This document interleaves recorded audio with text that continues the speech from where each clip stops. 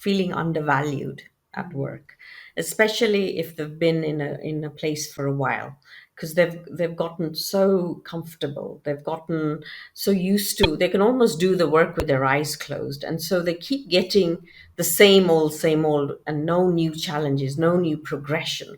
And of course, those that have been in a while, with new people coming up, I think certainly we see that with the millennials. They are gathering a lot of tools and move around much more quickly.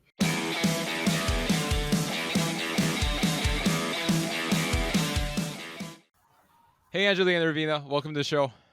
Hi, Hey, Max. pleased to be here. Yeah, excited. Yeah, I haven't had a three-person podcast in a while, but like you're both in the same room, so it's still like a one-on-one type of thing.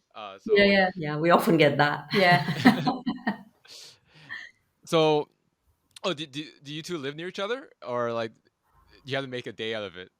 We're not far from each other. It's about a 20-minute drive, which for London, UK is very short. So it's not too bad for us to get to each other. Oh, great. And you drive on the right side, right? Not the left, if I That's remember. right. Yeah. On the right side, yes. Yeah, yeah, we're on the right side, yes. Have you ever traveled to Canada, US? Actually, I lived in Canada for 18 months back in the early 90s to work. So, and I visited Toronto a lot because I have family there. So, yeah, it was a wonderful, wonderful time of my life. Nice. And like, how did you drive during those 18 months, or did you I let did. your? I did. Yeah, Is I there a did drive. difference? And Is there a it difference in terms actually of like? is so, yeah, it was so much easier to drive there than in London. Yeah. Oh, because of traffic, or because it's different side of the driver's seat? No, the traffic, yes, and also the size of the roads. Oh, the UK roads are smaller. Yeah, and you have cars parked everywhere, and so yeah, no, the driving was a lot easier to do in Canada. At least in then, I don't know whether now cars have increased and everything is more congested. It Oh might yeah, be no, different now. yeah. Toronto's like during rush hour is completely gridlocked. I think Yeah, Yeah. Highway 401 is it's always like busy. Like it takes forever. yeah, Like the joke is, it takes 3 hours to go from Toronto to Toronto. That's the inside joke. Because like the yeah, traffic is so bad right yeah, now. yeah, Again, I appreciate you both coming on my podcast. And you help women, like mid-professional women, 35 to 55, uh, go from a career or job they're not happy with to something that's more fulfilling. So we'll yeah, definitely talk about that as the main discussion points of our conversation today. yeah. But before we start, why don't you tell us more about yourselves and how you started this coaching practice, and what do you do in terms of like helping women go from unhappy roles to something to a role that they're Yeah. actually interested in doing. Yeah, Okay, yeah, cool. I'll start. Is I worked in the what we call the NHS, the National Health Service in the UK, for around 27 years as a therapeutic radiographer. Those are the people who treat cancer, and I was a practice educator within that role for many years. So I did a lot of career development and career change and all of that. And during the end of my career, they really felt there was no progression for me, and I had to make a decision as to what I do next. And in the end, as whether you call it luck or otherwise, my role was changed completely, so I couldn't do that anymore, and I ended up making the decision to leave and set up this career business, as I'd already had so much practice within that in the NHS. And other than that, I have three children, and of which I have two boys and a girl, and my daughter has learning difficulties. So in her career as well, there's been a lot of, what shall I say, insights into how the world of employment works for those that are vulnerable as well. So I've got a lot of insights around that as well. So in all of those two, and particularly women who reach a certain point in their lives where they might be a certain age, or kids have grown up, or they've been in one career for a long time, all of those were part of me. So it was made sense to kind of sort of focus on those things as well. In terms of how Anjali and I met, So 13 years ago, I had set up a disability group in my community, and then Anjali joined the group, and we've been friends since then. She became my almost second in command in this disability group, and which is still running today.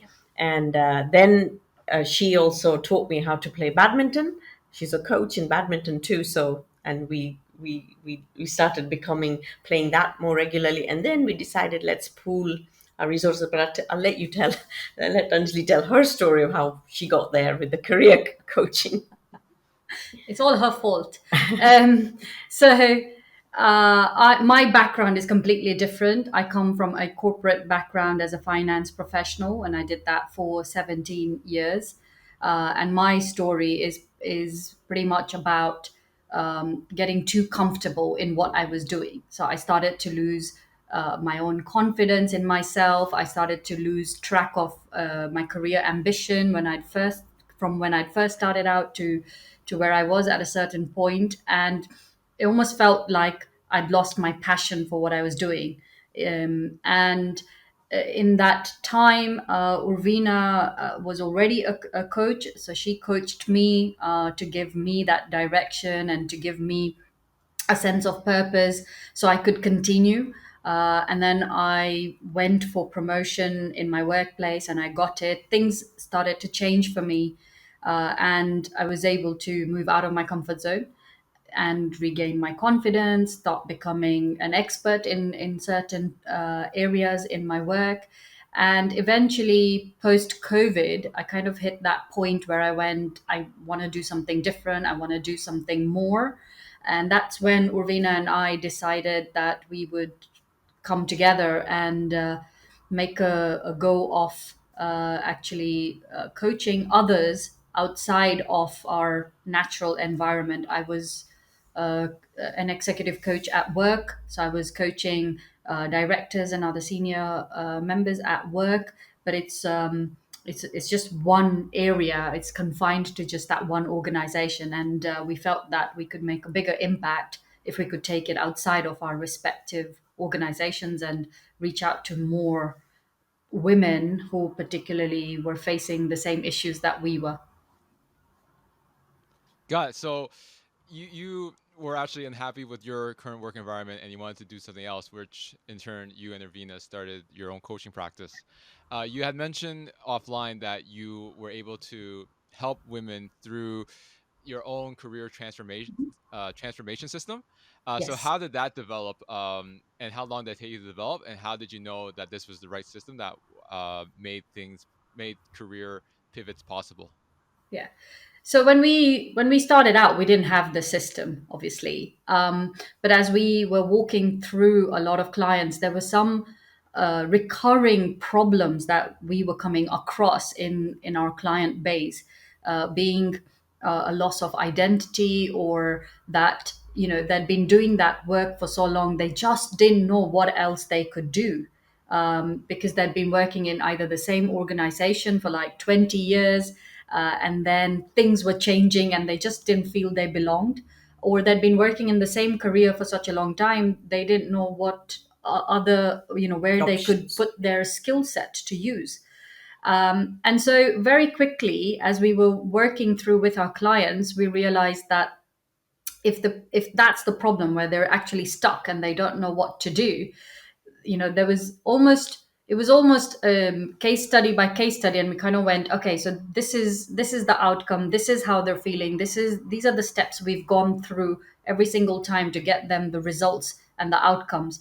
And so it then just made sense to formulate that into a structured approach that we could then use for the other clients that were coming through. And so it gradually developed into the system, but mainly it's been trial, refinement. And we realized that we had actually used a lot of it on ourselves when we were going through the same phases that our clients are going through. And so we know that it worked on us, and that those are the concepts, and what we're taking our clients through is tried and tested on us, but it's also been built because we've been able to do the same for the initial clients who came to us, so that the ones who are coming now are getting a more refined system than what we started out with.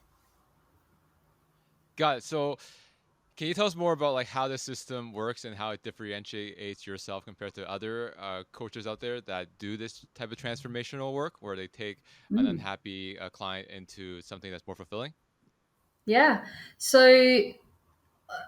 obviously, the system that we've designed is based on our experience and also the client base. So in itself, that becomes unique because it's actually designed and defined by the real problems out there. So it's not theoretical, it's actually very practical.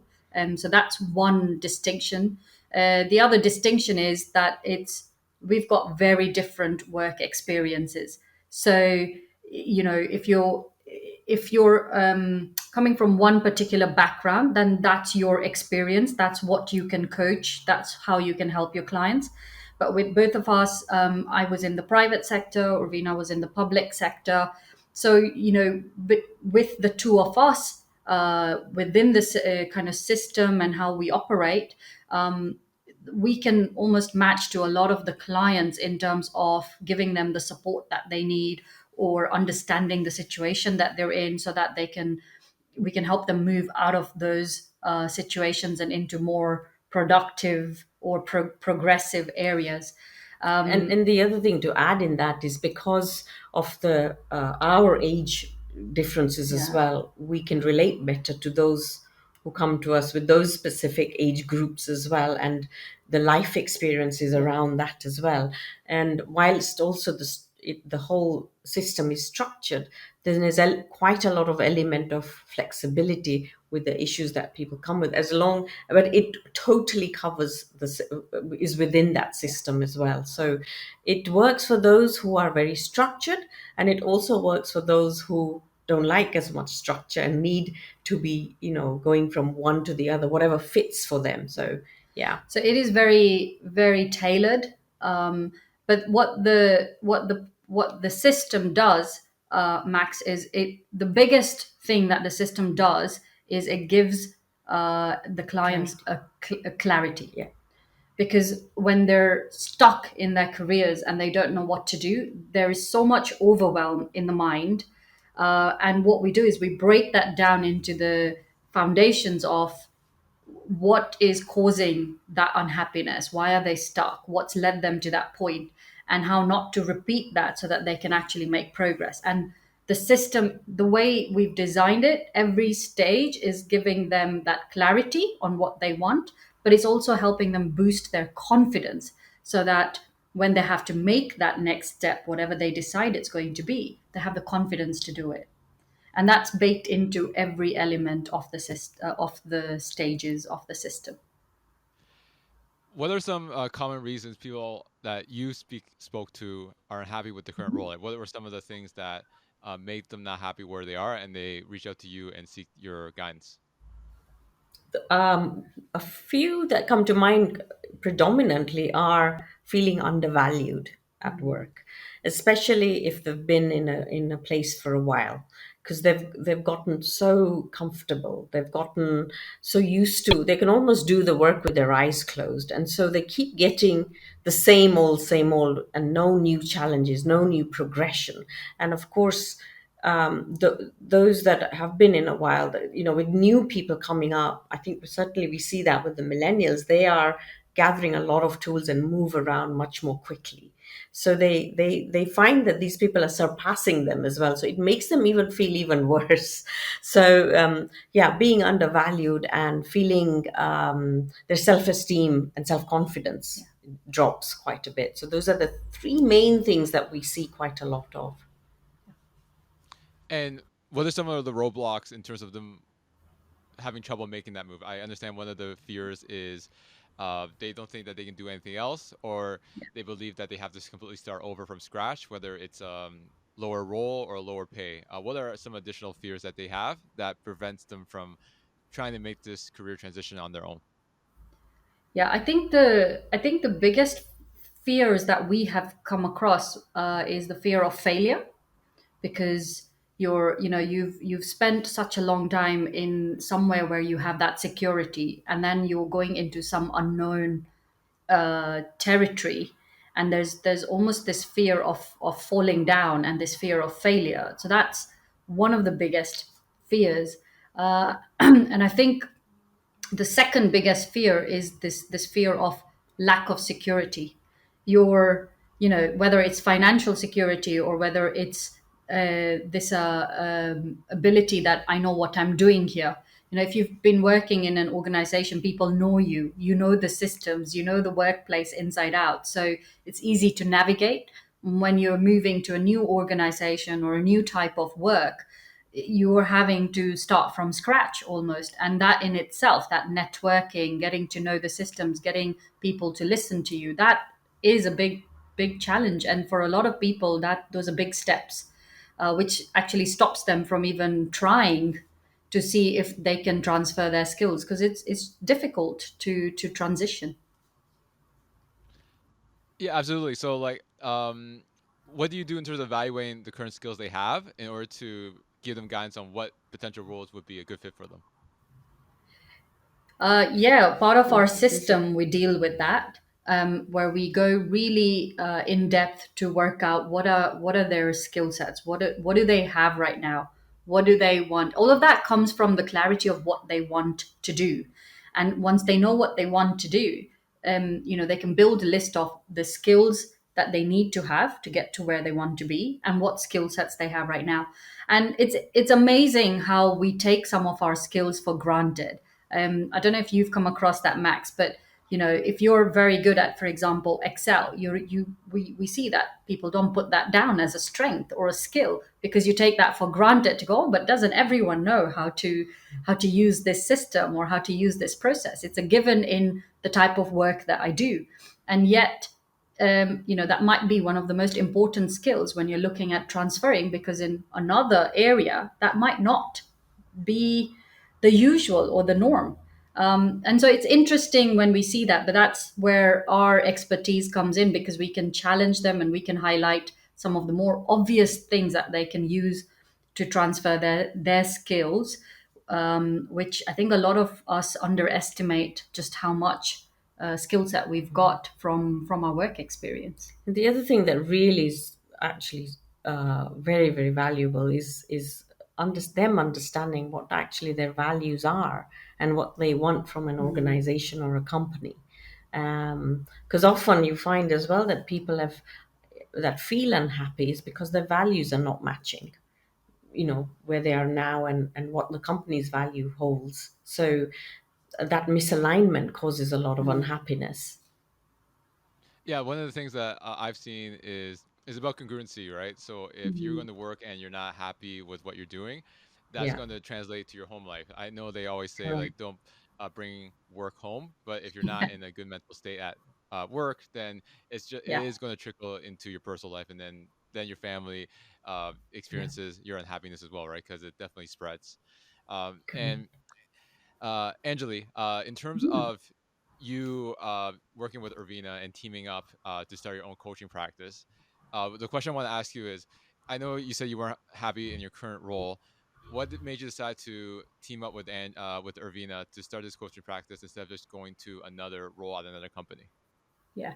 So actually, I was doing very well in my corporate job. So it wasn't that I was unhappy, but it just felt that no matter where I went, it would be the same. I wouldn't be doing anything different. And what really made me want to pursue the coaching, and especially with Urvina, was Urvina's got a lot of experience with mentoring and coaching students and staff development. So she's got that foundation and that experience. And what I've got in terms of my skill set was more on the kind of back end business head, so to speak. So with our different strengths, we are actually quite complementary in the business, because I can bring my corporate acumen into this business and set up processes and set up the technical aspects, that whereas Urvina can focus on the program, she can focus on what we need to deliver, what is the content that we need to put out there. And so when we're working to our strengths, we're actually able to bring a more holistic approach to the business as well as to the client, which is great because our workload is divided. If you're working as an individual coach, you're having to do all of that and focus on the client. Whereas in our case, it's a divided load. So we can spend more time focusing on our clients than on running a business, so to speak. Yeah. And don't forget, we'd worked together in the Yeah. community for almost 13 years as well. Yeah, so we knew that we could work well together because we delivered big events and projects, and we had established a way of working our bit amongst our styles. We work very differently. Our styles are very different. Our logic is very different, but because we want the same outcome, and we're on the same wavelength on how what we want to get out of this. We work really well together. And in terms of like work styles, um, Mm. how do you like what's some advice in regards to choosing the right partner to start a business? Like what are some things that people should look out for if they're looking for, whether it's them moving to another company, how they know it's the right manager to work for, or in your Yeah. case from a business perspective, how do you find the right partner to work and build together?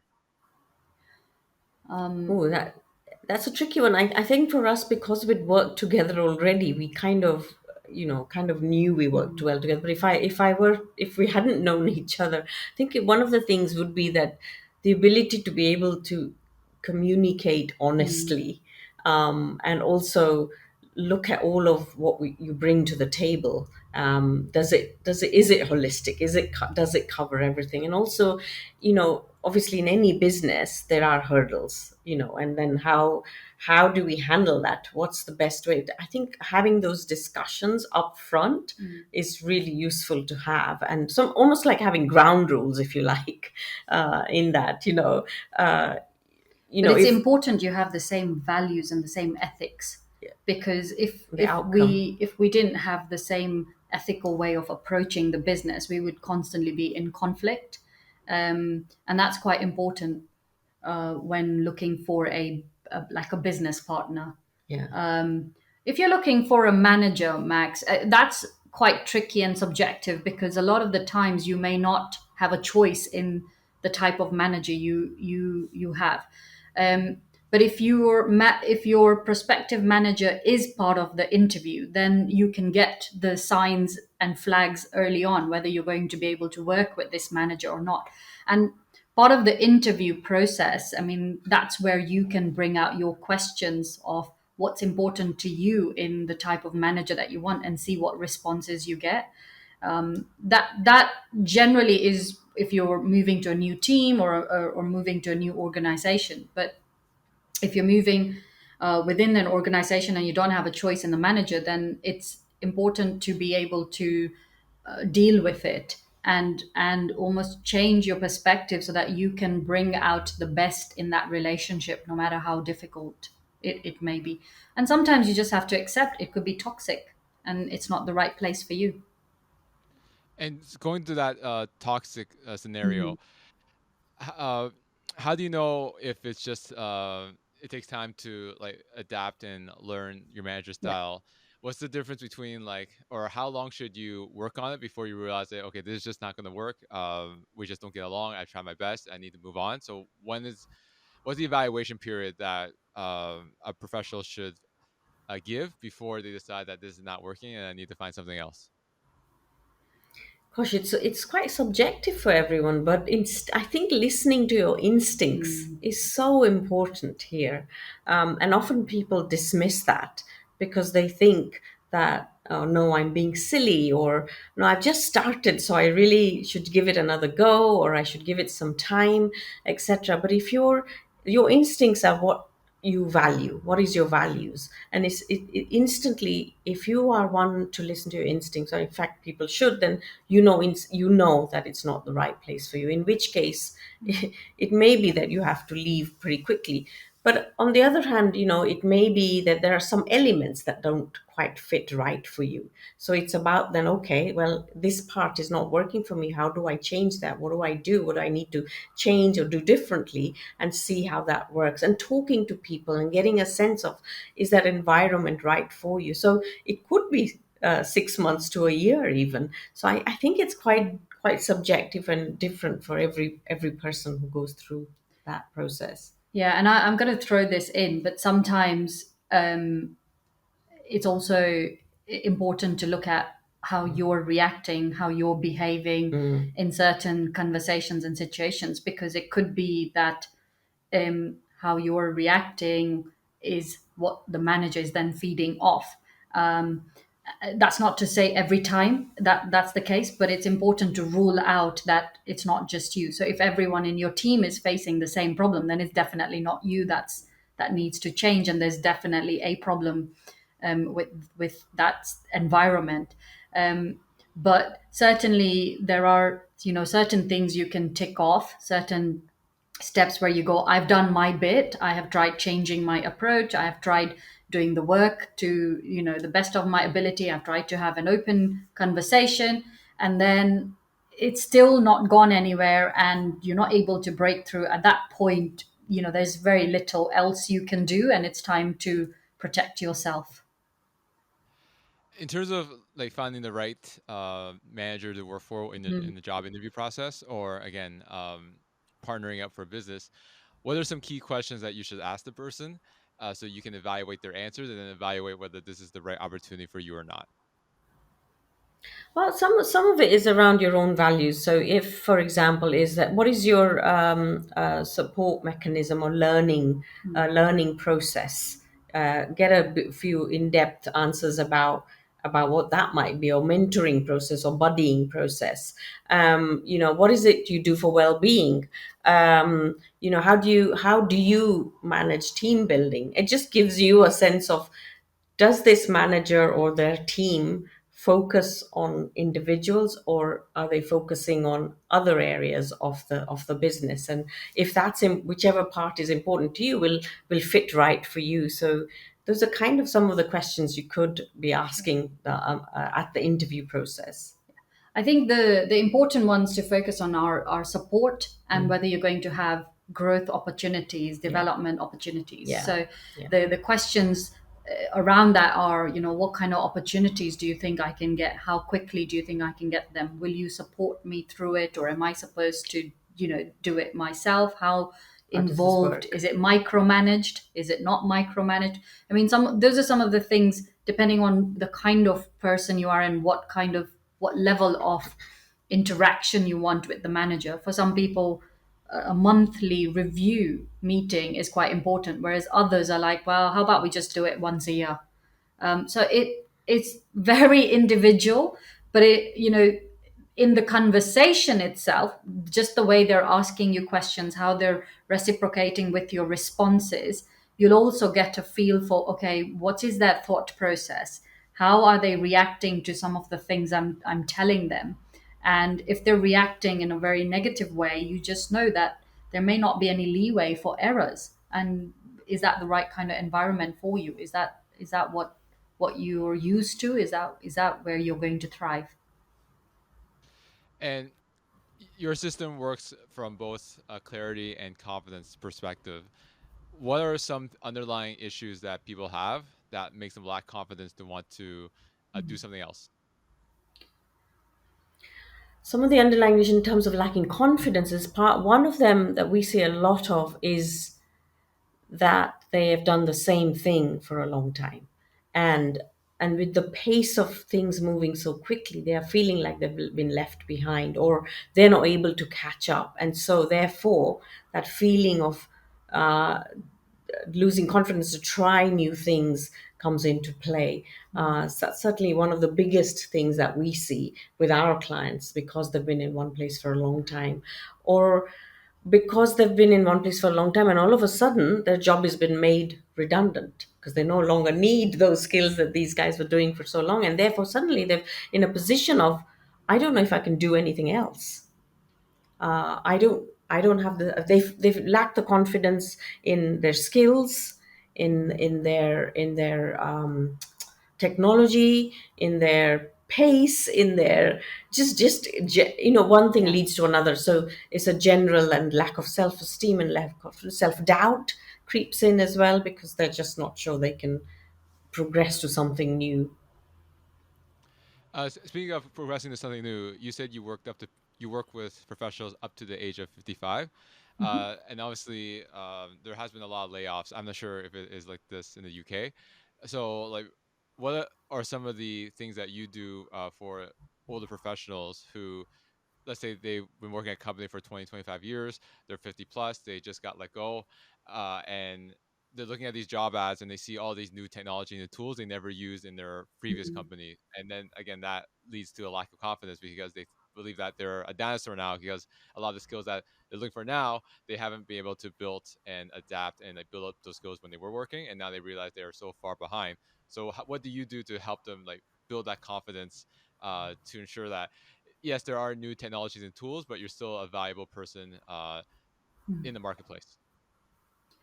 So I think part of the system, and this is what I mentioned earlier, was the aspect of clarity. So when we're in work and we are churning through day to day, we don't have the time to step back and go, is this what I want? Is this what I, if I was to look back, um, 20 years from now, is this what I had expected to be at this position? And for a lot of people, when they have that break, it's a good time to sit down and really map out, okay, what is my next 20 years? What do I want my next 20 years to look like?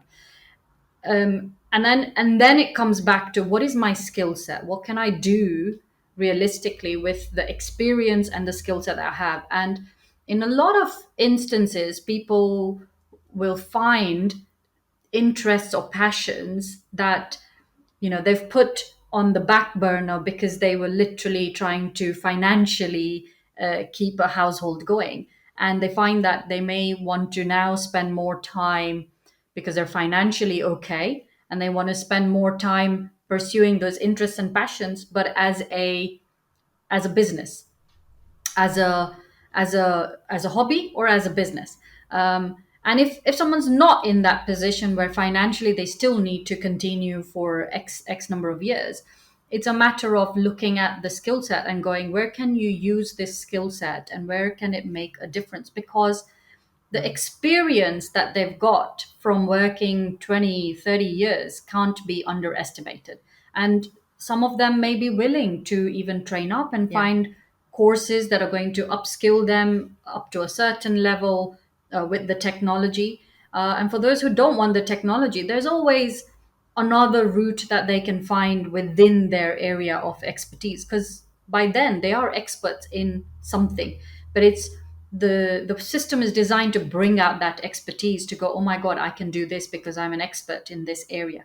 And we forget about that because we're so into the day to day, and we think it is so normal and so usual. You forget that actually you're an expert in something, but because you've been doing it every day, you almost kind of go, I'm on autopilot, I can do this, so hell, like, that can't be an amazing skill, or that can't be an amazing experience. And it's, that's essentially what it boils down to, is looking at it with a fresh pair of eyes and going, this is amazing experience, what can we do with it? And one of the things you find with people, women in midlife, is they're in a very different position to when they were 30 or 40, 35 or so.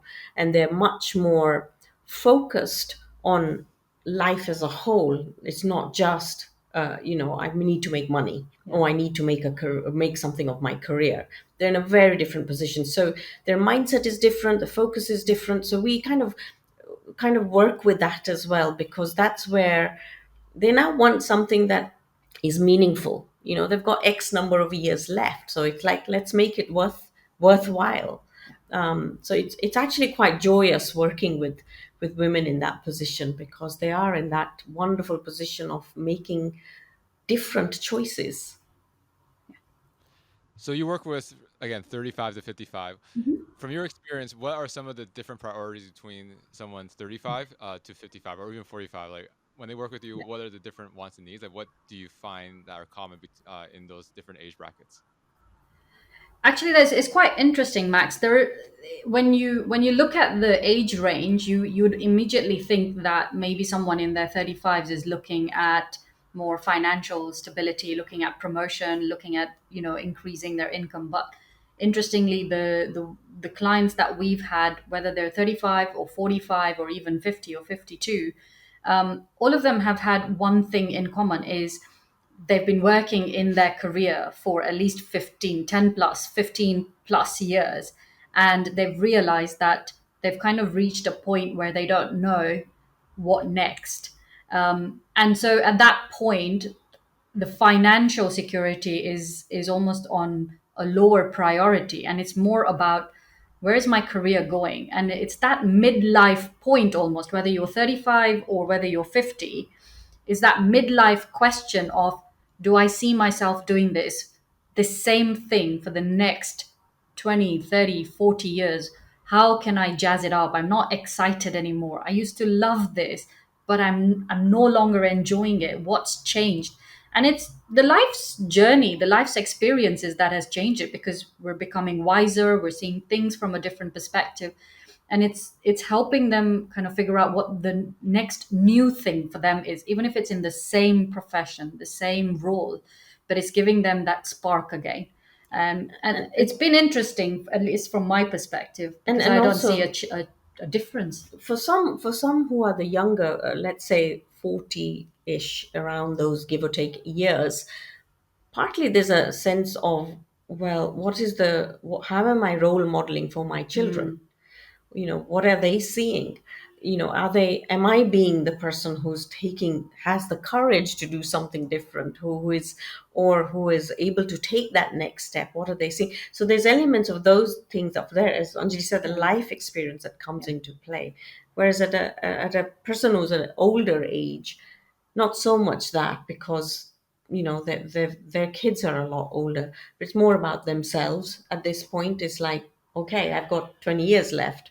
What do I want my legacy to be? Yeah, and speaking of legacy, what's some of the common legacies that professionals reach out to you that they want to leave?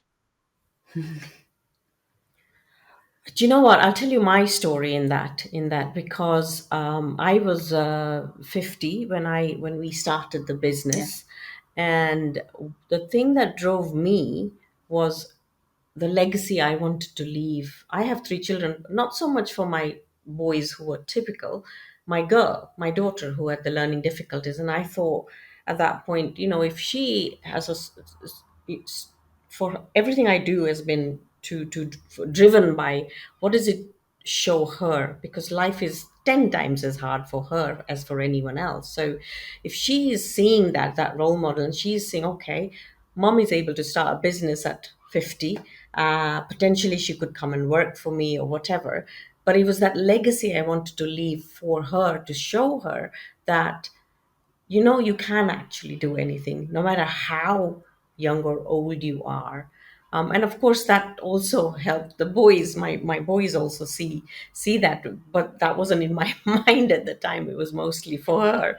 And so those are the kinds of, when there's a big change, it's I would think to some of my clients, that is part of it.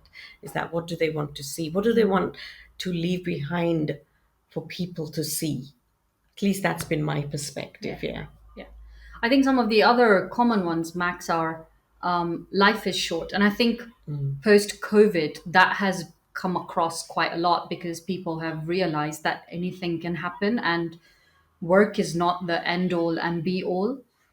So a lot of kind of mindset shifts have happened around the type of work that people want to be doing. And in a lot of instances, the legacy is, I don't want to have work coming home with me. I don't want to be working all hours of the day. I don't want to be available on the weekends.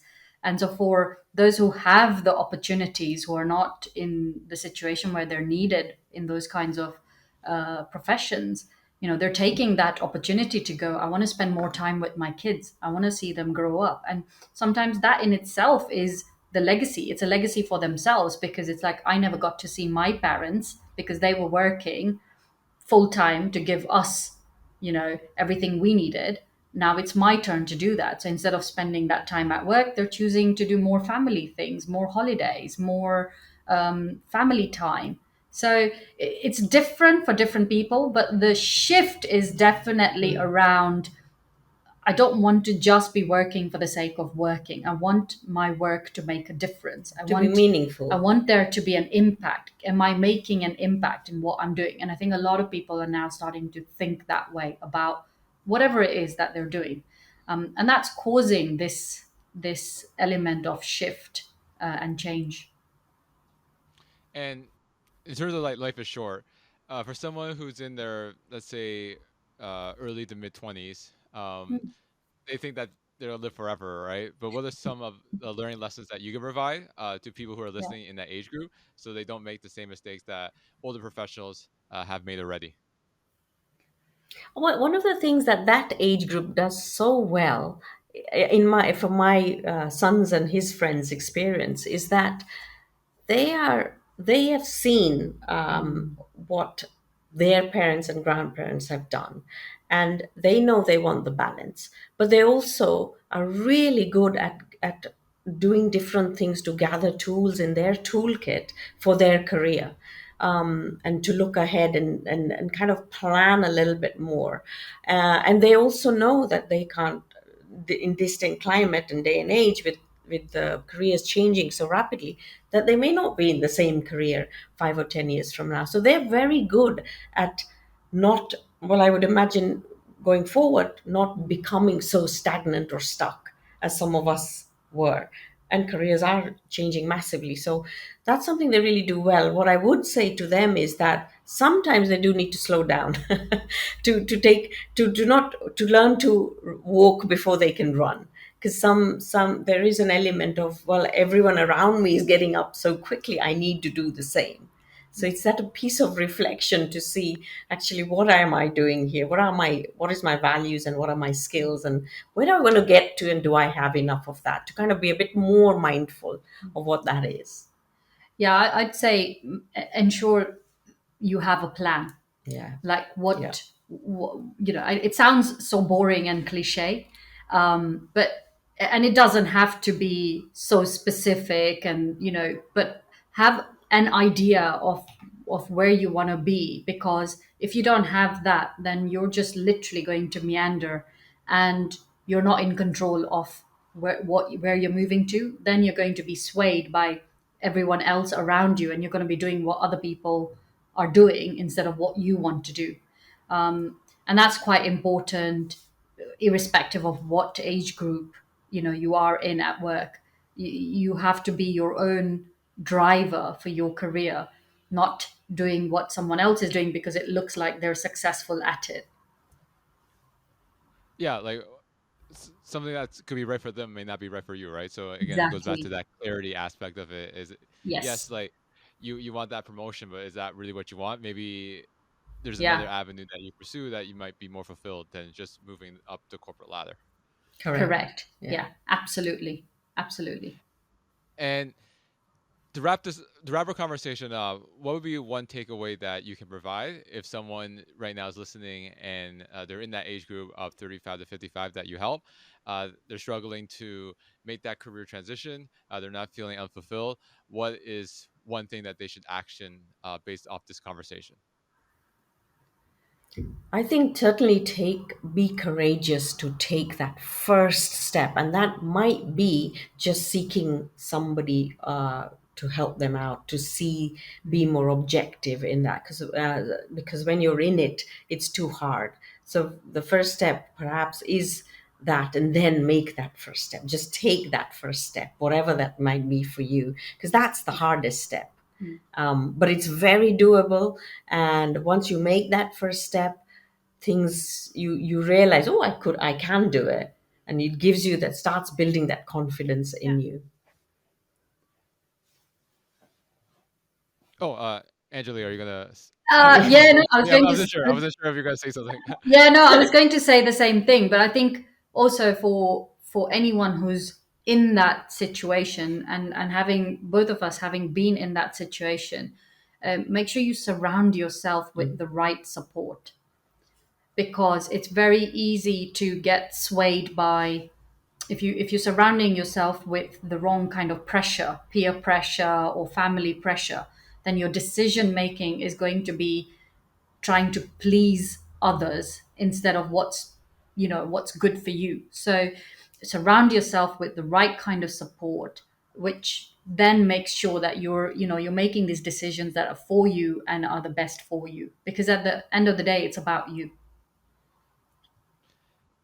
Again, Anjali, Urvina, really appreciate you coming on my podcast to discuss career clarity, focusing on 35 to 55-year-old professional women. So, how can people reach out to you to learn more about what you do and how you can help them? Yeah, so I'm happy to. So there's two ways. So we run a free career clarity masterclass, which runs almost every 2 months, which we put up on our social media. With our next one is on the 15th of August. I don't know if this is going to be published by then, but I'm happy to drop the link for anyone who wants to register. It's completely free. It's 60 minutes. It is 8 p.m. GMT, so it's a UK time on the 15th of August. And we go through the steps that people need to take if they're stuck in their career and they don't know what to do. So that's one way to get a flavor of what we do, how we work. It's our system, really. And also take away some action and something that you can implement practically straight away. And the other way is we offer a free 30-minute clarity call. It's no obligation, but we work through what your career dilemma is, and if it's the right fit, then how we can work together. We're both on LinkedIn as well, so we can drop We can drop the links in to you, Max, if that works better, or I can say it out loud. You can say it out loud, and there are Yeah. show notes, so those links will be there as well. But you can say it out loud now. Okay, so the masterclass is on the 15th of August, and the registration link is bit.ly/, UCAN, which is UKAN _ career clarity AUG 23. So that is the link to register for the masterclass. And if you would like to just book in a call straight away for a complimentary 30-minute chat, that's going to be bit.ly, which is ly / UCAN again, so UKAN _ clarity call MC. Okay, to take a step back, August 15th next week. So unfortunately, this episode won't air next week. Yeah, Are you gonna that's do? what I wanted. Yeah, Yeah, that's are you fine. gonna do this Are you gonna do this master class like in the fall at some point again? Or Yeah. Yeah, so there'll Yeah. be one in October. October and potentially another one in November. will it be the same link, or will you change the link? Uh, The date will change. yeah, the date will change. So the link. So the link will The be link's the same, slightly right? different. Yeah. Oh, Yeah. slightly different. Okay. Yeah. Yeah, yeah, Yeah. yeah. Yeah. Okay. Yeah. If you Maybe give want me to a connect link with us, to have it. yeah. We'll drop you the new link for the fall ones. If we just know when you're going to publish, so according to that, we can give you the links. It sounds good. Great.